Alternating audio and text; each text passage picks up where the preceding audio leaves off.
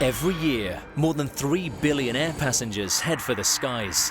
The vast majority return safely to Earth without incident. But a small number experience life-changing moments they will never forget. I thought I was going to die. I really thought I was going to die. We hear first-hand accounts from the passengers and pilots who have lived through the most shocking extremes of air travel. Went on the wildest teacup ride you could ever imagine.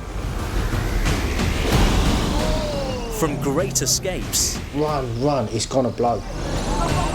to mad moments and highway robbery This is now going to cost you £24,000. to highway landings. Holy... It's definitely something they don't teach in driving schools, how to avoid a plane. In the age of the smartphone, these events are caught on camera as never before. Awesome. And we reveal exclusive footage new to television. So keep your seatbelt fastened for the world's wildest flights.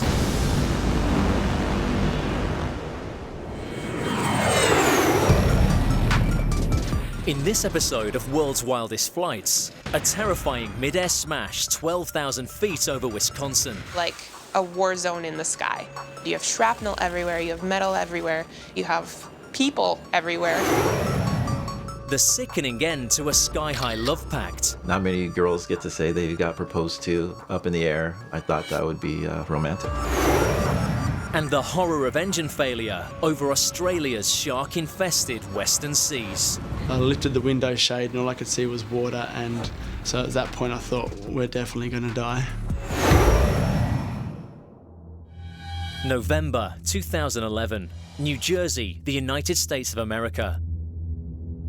Boxing promoter Greg Cohen is on his way to Moscow via Warsaw for a world title fight.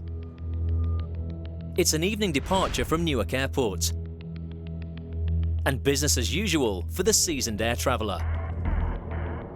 Routine check-in, got on the plane, everything was going according to plan, smooth takeoff, just another day at the office. On the same flight is New York resident Alexander Ryshkar, on a mercy mission to visit his seriously ill brother in their native Poland. Last-minute flight was from Newark, which I bought a ticket and get on. It was good weather, everything was perfect. Because we're flying to Europe, it's a night flight. You pretty much try to sleep on those kind of flights. It seems like a routine takeoff from Newark Airport for the 221 passengers. But there is a critical malfunction to the control system which lowers the Boeing 767's wheels. They suffered a center hydraulic pressure failure. However, it didn't affect the capability of being able to fly a long-distance flight.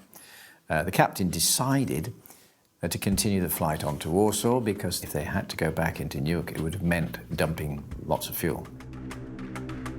Unaware the plane's undercarriage mechanism has failed, Greg sleeps peacefully as flight LOT 16 crosses the Atlantic. He wakes up about 2 hours before the scheduled arrival in Warsaw and soon realizes that there may be a problem. You just kept seeing the flight attendants walking back and forth toward the cockpit and looking, a little nervous. And you could see it was like not normal commotion, there was a sense that something may be wrong. The captain alerts the flight's destination airport, Warsaw Chopin, that the main system for lowering the aeroplane's wheels has failed.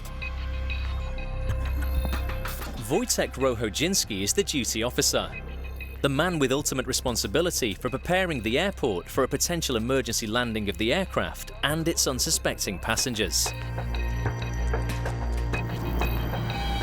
The pilot reported an issue regarding the plane's landing gear. As the plane gets closer to Warsaw, the pilot tries to lower the landing gear using the backup system. This should allow the wheels to drop under their own weight. Went to make approach, got to the normal position where they would drop the gear by using manual freefall, the alternate system. Unfortunately, the gears didn't come down. Both undercarriage deployment mechanisms have now failed. The issue is bigger than expected and calls for an emergency action plan. The clock is ticking as the 221 passengers on Flight 16 face the terror of an emergency landing in a near 200-ton plane without any wheels. November 2013, a beautiful autumn day in North Wisconsin. Dozens of skydivers have been jumping safely throughout the day at the Richard I. Bong Airport on the outskirts of the city of Superior. As the sun starts to set, 9 of the most experienced skydivers gather for one last run. Amy Ebling, a veteran of nearly 500 jumps, joins a 2-plane formation skydive. There's a lot more risk involved when you're flying 2 planes simultaneously and trying to coordinate 4 jumpers in the lead plane, 5 jumpers in the chase plane, getting everyone out to exit at the same time, but then also coming together and having that many people in the air. So we reserve this sunset load, this formation load, just for experienced jumpers to really get one last good jump in for the day. And at sunset over Lake Superior, it's absolutely stunning. Amy and her fiancé Chad are in the trail plane, which follows behind the lead plane, keeping that aircraft and its jumpers in clear sight.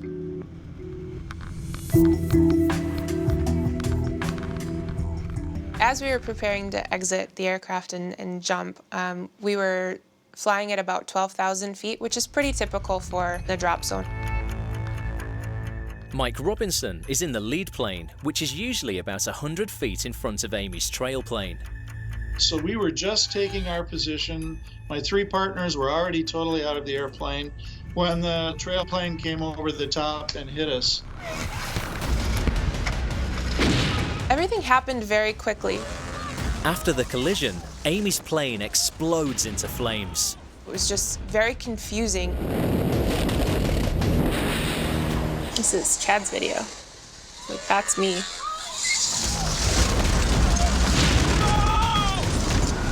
My pilot screams, "Go! Get out of the plane now." That's his blood-curdling scream. So I didn't hesitate. I pulled myself out as fast as I could.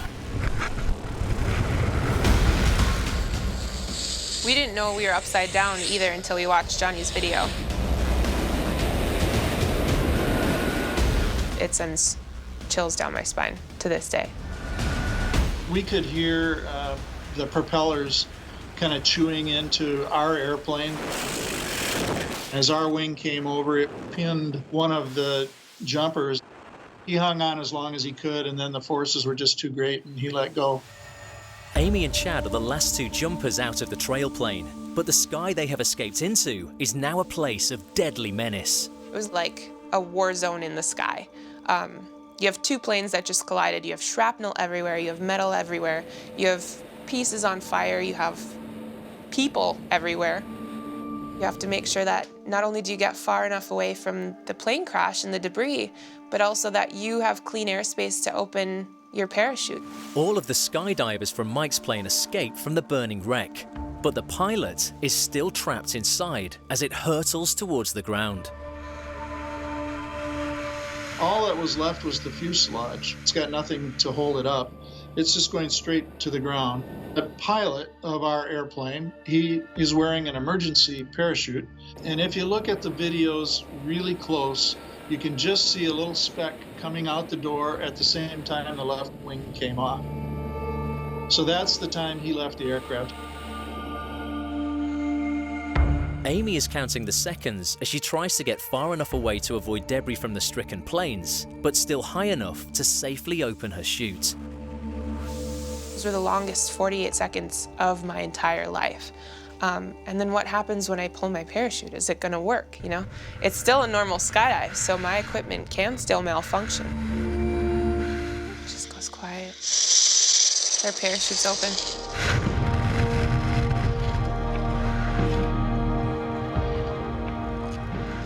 Once my parachute was open, I kind of assessed myself and figured out my equipment's good. Am I good? Can I land? I wasn't to the ground yet. This wasn't over, so I was still very much prepared to fight if I needed to. As Amy approaches the drop zone, she spots her fiancé amongst the jumpers who have already landed. Chad was the first one to the ground, and I landed shortly after him and right next to him. And I remembered I was on all fours, and I immediately started sobbing. I was still convinced that I had seen several of my friends die. You know, I didn't know who was where. I didn't know where my pilots were. I didn't know where the debris was. I didn't know where the planes were. Mike is the last of the skydivers to land, but they still don't know what has happened to the pilot of Amy's trail plane. I heard this noise up above me, and it was a really odd noise. And I could tell the engine was not running right. I looked up, and it took me a while, but I realized that was our second airplane. Hang in there, Blake. Still flying. Given what happened to our plane, I could not believe he could still fly that airplane. The skydivers on the ground rush over to be in position to help their friend after he makes his landing. We grabbed the drop zone truck and piled into the back of it. Is everybody down? And flew down to the runway in the truck to make sure that if he needed attention, we were there for him. That one landing had to be the landing. That had to be perfect. And it was. He jokes to this day that it was one of his best landings. You could not recreate this kind of a crash and have this good of an outcome ever, I don't think. We all feel very fortunate to be alive. But this near-death experience has done nothing to diminish Amy's passion for her sport. There was never a question in my mind that I wouldn't skydive again. So the accident didn't change my perspective on skydiving, but it absolutely changed my perspective on life. So it renewed this insane passion to live unapologetically enthusiastic about life. In fact, when she and fellow survivor Chad finally tie the knot in 2014, there is only one place they would choose to hold their wedding. Chad and I got married out of a plane. We had a boogie at the drop zone. We called it Till Death Do Us Party. We invited our friends from all over the world.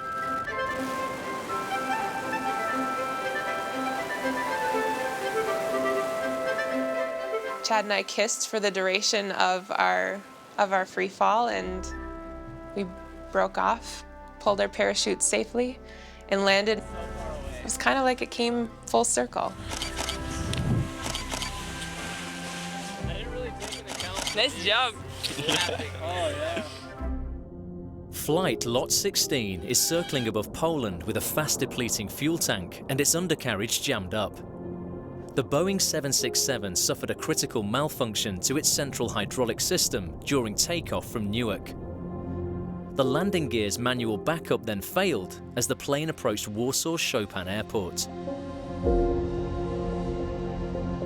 The Polish authorities scramble F-16 fighters to check what's going on with the wheels beneath the ailing jetliner.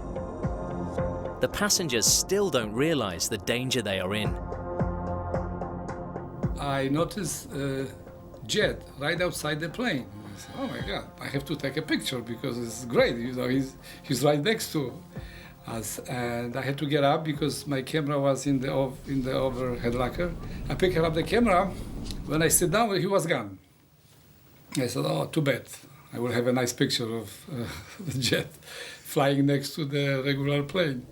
The news is not good.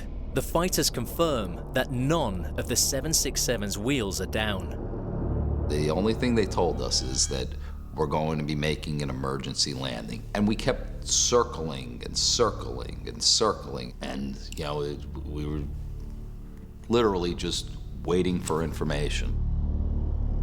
The captain had to burn off as much fuel as possible because obviously he's going to be landing without wheels. There's going to be a lot of sparks and probably flames as well. Before attempting a life-threatening emergency landing, the captain makes one desperate last effort to lower the wheels. At one point, the plane lost the engine, and we were like falling down, I got scared. I started thinking, oh my God, it's my time. Thinking about my 2 daughters in New York and my 3 grandchildren in New York. And I shed a few tears. These sudden descents are actually the pilot attempting to jolt the undercarriage into place. The only thing they could try to do was to make an up and down sharp movement to the aeroplane to see if they could dislodge it and make it come down. Obviously it was jammed, so it couldn't come down. The pilot finally announces to the passengers he's been unable to lower the undercarriage. And the plane will be making an emergency landing without any wheels. It got to the point where I got to reach out to my family. And at that point, you know, I got my cell phone out and I text my wife that we're making an emergency landing. I'm sorry to have to text you this. I love you so much and our children so much, and God forbid if something were to happen, you needed to know. And just in case the wrong thing happened, I wanted my wife and kids to know how much I love them, and it was definitely emotional. As the pilot prepares for a landing without landing gear, the ground team at Warsaw Chopin Airport moved the fire engines into position and put one final safety measure into place. We sprayed a layer of foam on the 3-kilometer-long runway. The plane starts to make its final approach. As we're coming in, they're giving our instructions and telling us, brace for impact, get ready, get ready, get ready. Seatbelt fastened. We all were thinking that we're gonna probably crack in half or lose the wings. I'm just praying that things are going to end up okay.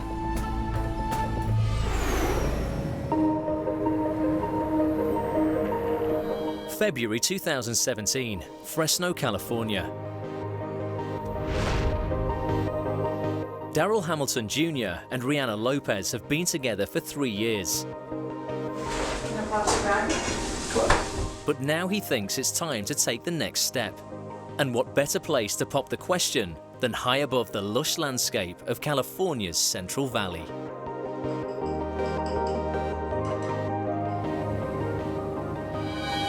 Rihanna and I really love taking pictures and scenic outdoor shots, and I just thought the perfect view for her would be something memorable. And not many girls get to say they got proposed to up in the air with a nice view, so I thought that would be romantic. Daryl gets in touch with a pilot at his local airport and arranges a very special flight for the lovebirds. The destination? A sign he will build himself, asking Rihanna to marry him. We arranged a time and a date and schedule, and I told him if we can fly over that sign. As soon as she sees it, I was going to ask her, and he was very willing to help me. So, early on the morning of the planned proposal, Daryl sets off to his cousin's house to prepare his man-sized love note to Rihanna. I kind of carved "Marry Me" in the grass. It was probably the size of like 2 vehicles, so it took me about an hour, hour and a half to make that sign. I took a picture of the sign before I left.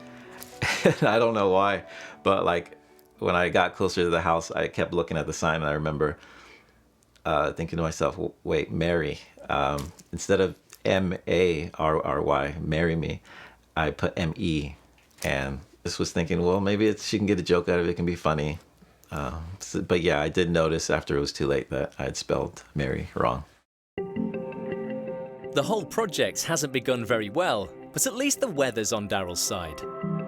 We had a lot of rain, so the landscape was really green. He just said, do you want to go take pictures for the day? And I was like, okay. So we did that, and then all of a sudden he says, hey, there's an airport over here. Let's take some pictures of the plane. And I'm like, okay, that's a little weird, but whatever. I don't think she had time to be suspicious because it was really last minute. And when we had gotten there, she was really caught off guard, and she really didn't know what to think.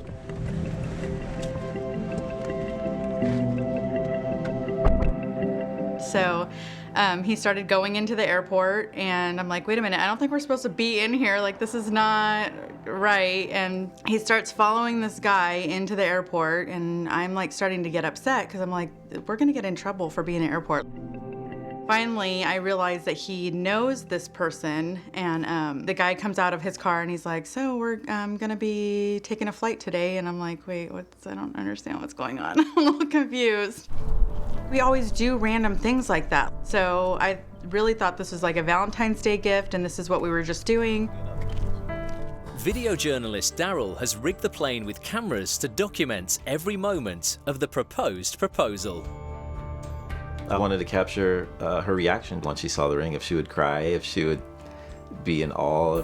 But novice air passenger Rihanna's first reaction is one of terror. So this was only like my really second time, plus it was a smaller plane, so it was a little scary. My stomach was kind of in knots a little bit, because I have a little bit of fear of heights. So at first, I just kind of looked straight ahead. And then as soon as we kind of got in the air, when I did look down, it looked so fake that it almost like didn't seem real. So it made me kind of feel more at ease. Rihanna may be at ease now, but she's in for one of the most sickening moments in aviation history before she gets her feet back safely on the ground again.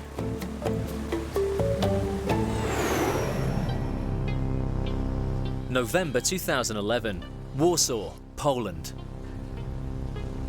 Polish Airlines Flight LOT 16 has been circling over the city for over an hour, attempting to lower its undercarriage.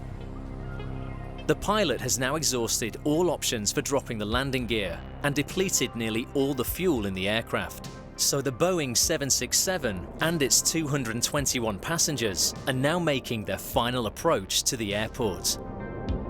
We're getting closer and closer to the runway. You could see there are fire trucks lining both sides of the runway. There's that white foam that they put on the runway. And you understand the gravity of the situation.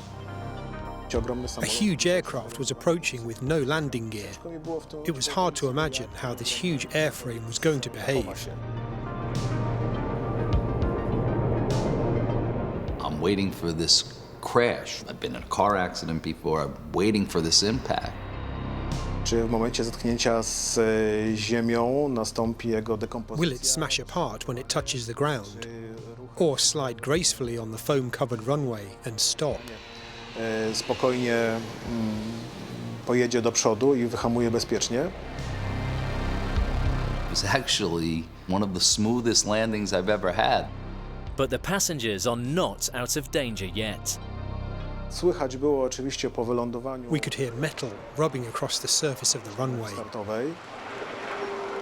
I see that engines are scraping the runway. There's some sparks coming on and smoke. Then I said, oh, no.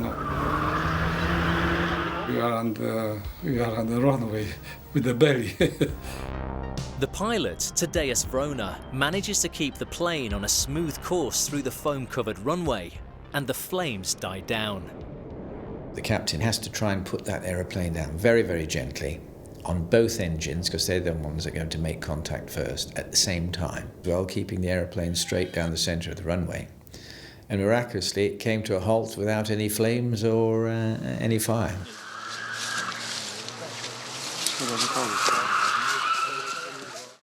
I have to say, he did a fantastic job. Plane comes to a stop, everybody's cheering. That lasts for a couple of seconds, and you just see these flight attendants, and all of them are saying, "Get off this plane now." And the people start running. And when I want to get up, somebody always push me back, because boom, I want to get up. Boom, somebody running. And I said, oh my, I finally have to get up and run. Then when I get up and I start running, they said, jump, so I jump.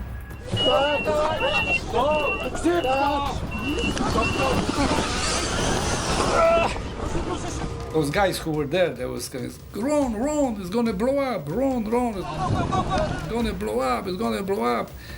And it seemed like everybody was running, and I was kind of running too.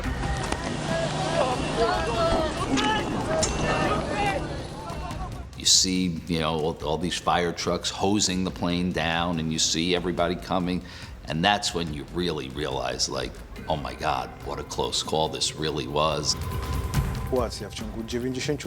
Within 90 seconds, all the passengers were evacuated from the plane. We knew we'd done a good job when all the passengers were safe. Alec and Greg get far enough away from the plane to take stock of the situation. I said, oh my God, we are safe. I think I taped it. I said, oh, I'm alive, I'm alive.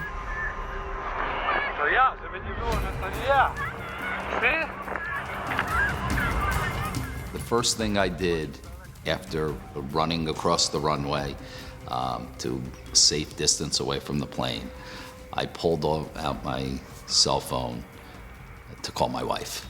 As soon as I heard her voice, I mean, you know, my voice cracked, and you know, it was just an outpouring of emotion and something, you know, it's very hard to describe unless you experience something like that. But it was a great call, you know, and I'm a very lucky man to have such a good family. The passengers are loaded onto buses and driven to the terminal building. We are among people who did survive, now happy, shaking hands, hugging, good.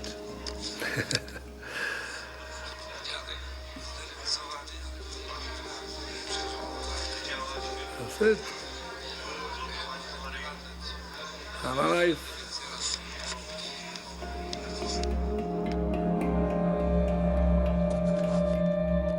It definitely keeps things in perspective.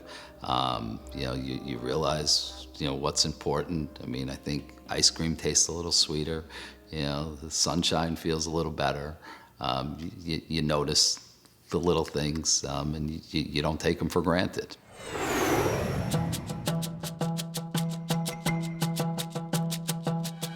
June 2017.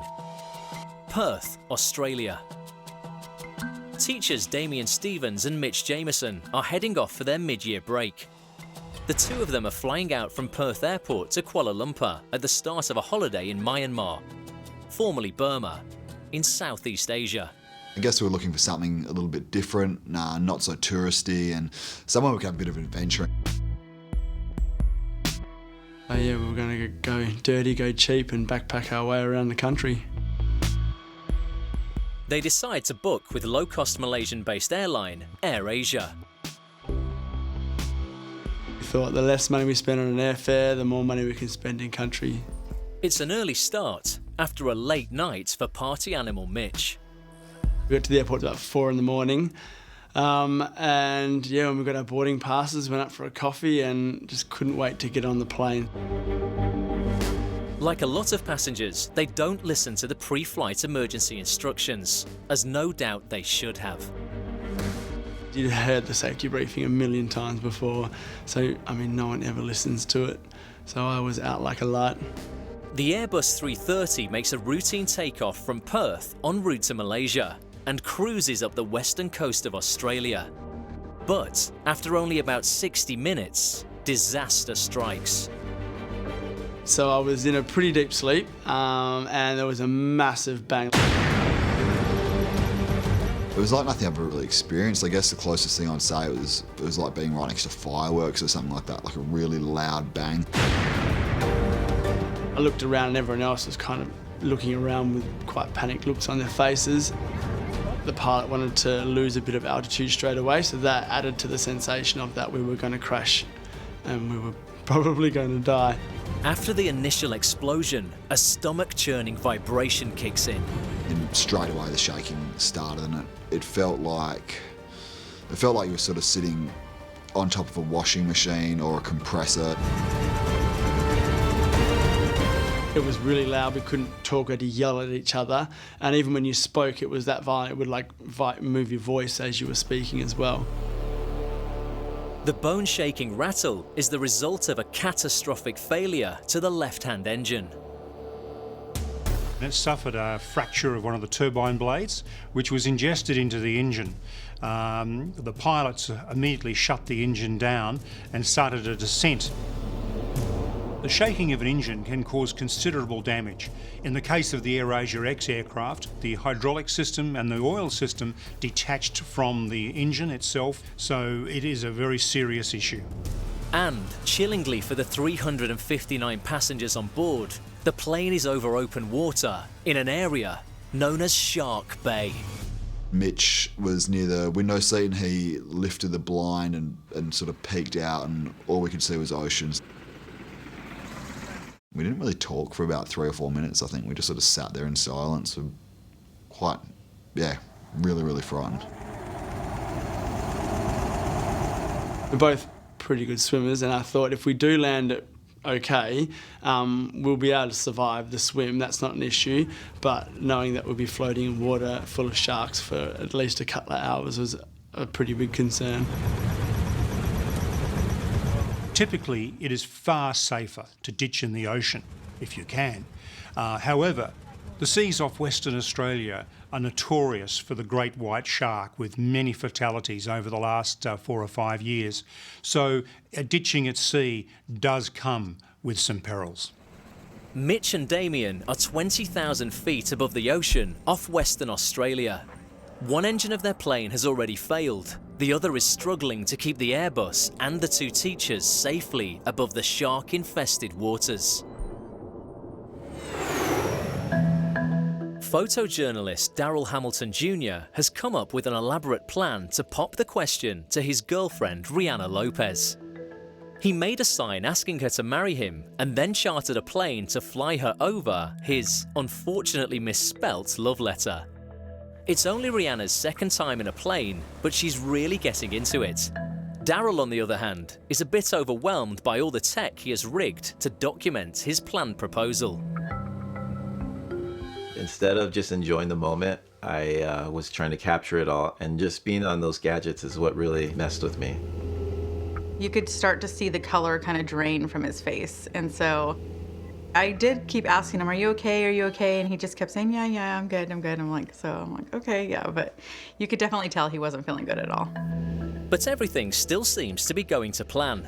All that is needed is Daryl's "Marry Me" sign. What was going through my head was to hurry up and find the sign. So I was focusing on just trying to be steady. I remember closing my eyes and focusing for a minute. I was just really trying to hold it in as long as I could to keep myself together so I can ask Rihanna to marry me. Yeah, so after about 15 minutes on the plane ride, the pilot and I kind of linked eyes when we got closer, and he was kind of hinting at me, like winking and telling me, all right, we're here. So I kind of tried to hint her and say, hey, do you see anything outside? Is there anything out the window? I didn't see it. I kept asking, do you see anything? Do you see anything? No. And I was just, okay, I don't have time if she can't find it or not. I didn't have time. I grabbed every ounce of strength I could and just said, okay, I can't wait no longer. I just had to get it over with and hand her the ring. He tapped me on the shoulder and I turned around and it was just right there in my face. So I'm like, oh, okay, yeah, this is what's happening, I guess. So he immediately went down and started throwing up. So yeah, it was a little, I didn't even know how to react. I was just kind of like, wait, what's going on? You just gave me this ring and now you're, vomiting. So she never really gave me an answer. I never asked, and she never really said yes. I guess the way I took her answer was just how happy she looked. So I just took that as a yes, really. Confirmation came when Daryl put the ring on his new fiance's finger. Admittedly, the wrong one. Yeah, so after I recovered myself, I think I put on her right hand first, and then after a few seconds, wait, wrong hand, and then I remember putting it on her left hand. He placed it on my finger, and then we kind of did the little finger kiss because he didn't want to kiss me because he had just thrown up. So it was like just a quick little tap with the hands, and that was it, yeah. And after the rather tentative first contact of their engagement, it's straight back to base and the security of solid Earth. Well, the pilot asked us if we wanted to continue flying, and Daryl was like, no, can we just get on the ground as soon as possible? I felt relieved. I felt just happy to be back on my feet, really. Well, we're getting married soon. We don't have a date quite set yet, but we're definitely planning the wedding, and we'll make it happen. How do I look back on that day? I guess memorable. Not many people get to say that they got to propose to their girlfriend up in the air. And I guess kind of funny, because not many people have thrown up. It's a funny story to tell, and we get to tell our kids and grandkids and family that, hey, remember when Daryl proposed to Rihanna? It's a good story to tell.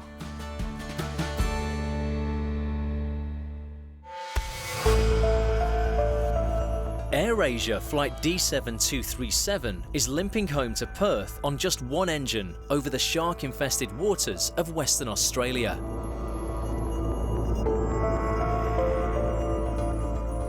Fearing the worst, passengers Damien Stevens and Mitch Jameson start to record what could be their last moments. I guess I don't really know why we decided to make a little video. I guess a part of you thinks, what if this is the last communication you get? And Damo said that line that when we land, we're going to have 60 million beers, which is how we were both feeling. Having 50 million beers when we get back. I guess we sort of did it just to record what may or may not have happened, and also to show people back home what it was like, because the shaking, it was crazy, something like I've never experienced before. The plane continues its bone-shaking return to Perth Airport. Eventually, the pilot comes over the intercom to share his concerns with the passengers. I'm sorry about the vibration, there's nothing much I can do. His announcements over the rest of the flight will only add to the growing panic of his 359 passengers. I hazard to guess that the number one engine is seized and it's causing the vibration that we are feeling right now. The pilot, the first thing he announced was that we'd had a technical issue and that we were returning to Perth. We are going to Perth. And keep an eye on the engines, and if we saw anything suspicious, to alert the flight crew straight away. This sets up a fearful 2-hour journey home for the shaken passengers.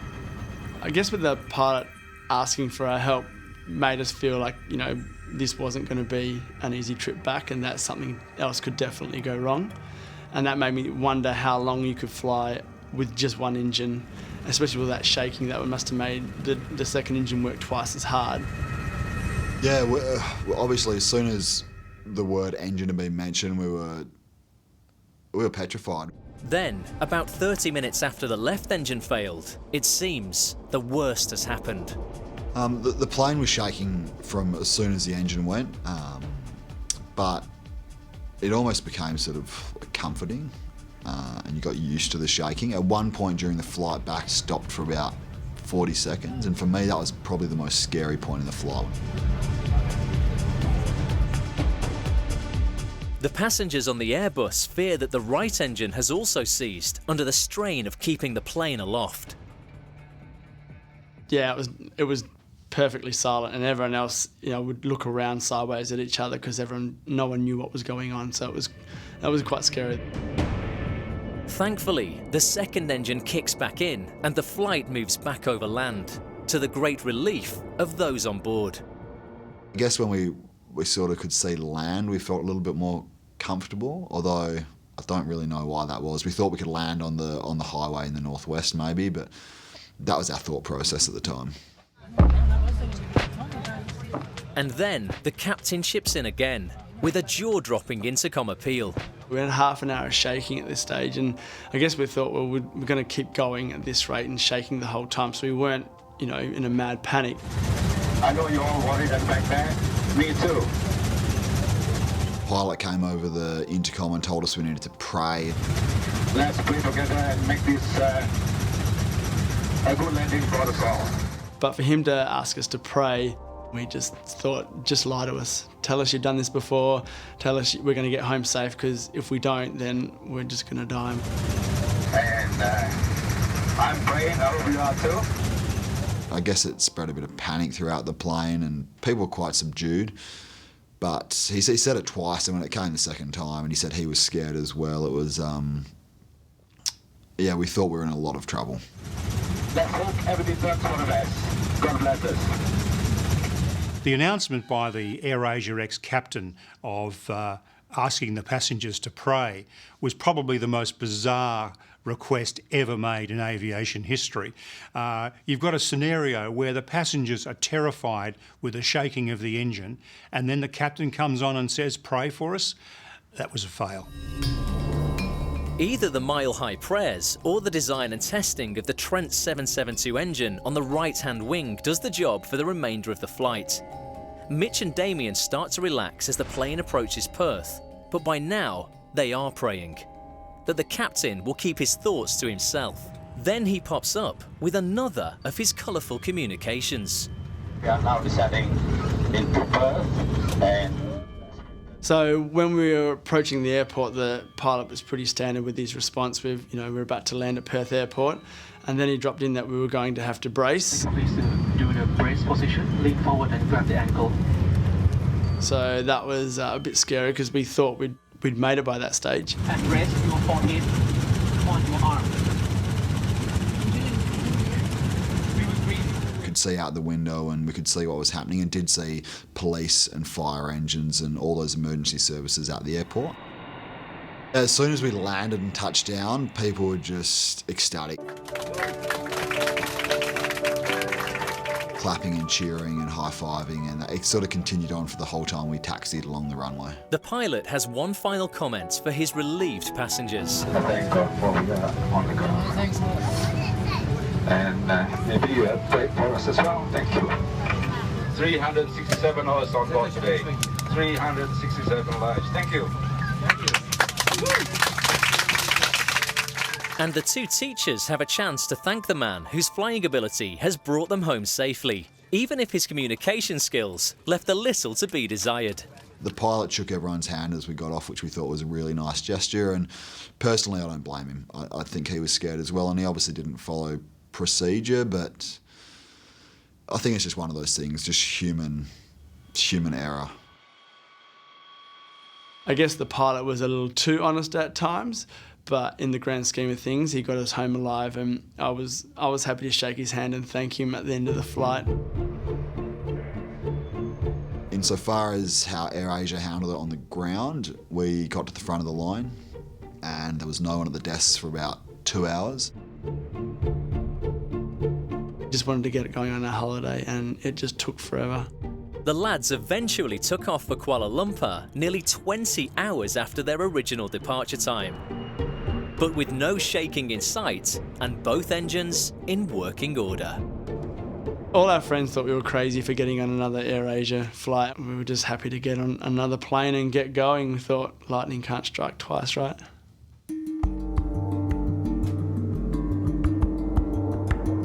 The holiday was awesome once we got there. Myanmar's a great place, and we did some awesome hiking and trekking and different people with different bits and pieces, and the people were super friendly and certainly worth going. We'd go again. Oh, don't do this to me. Our friends and family were more concerned about it than us. We were just like, no, that's just life, get on with it. Like, you can't dwell on what could have happened because it didn't.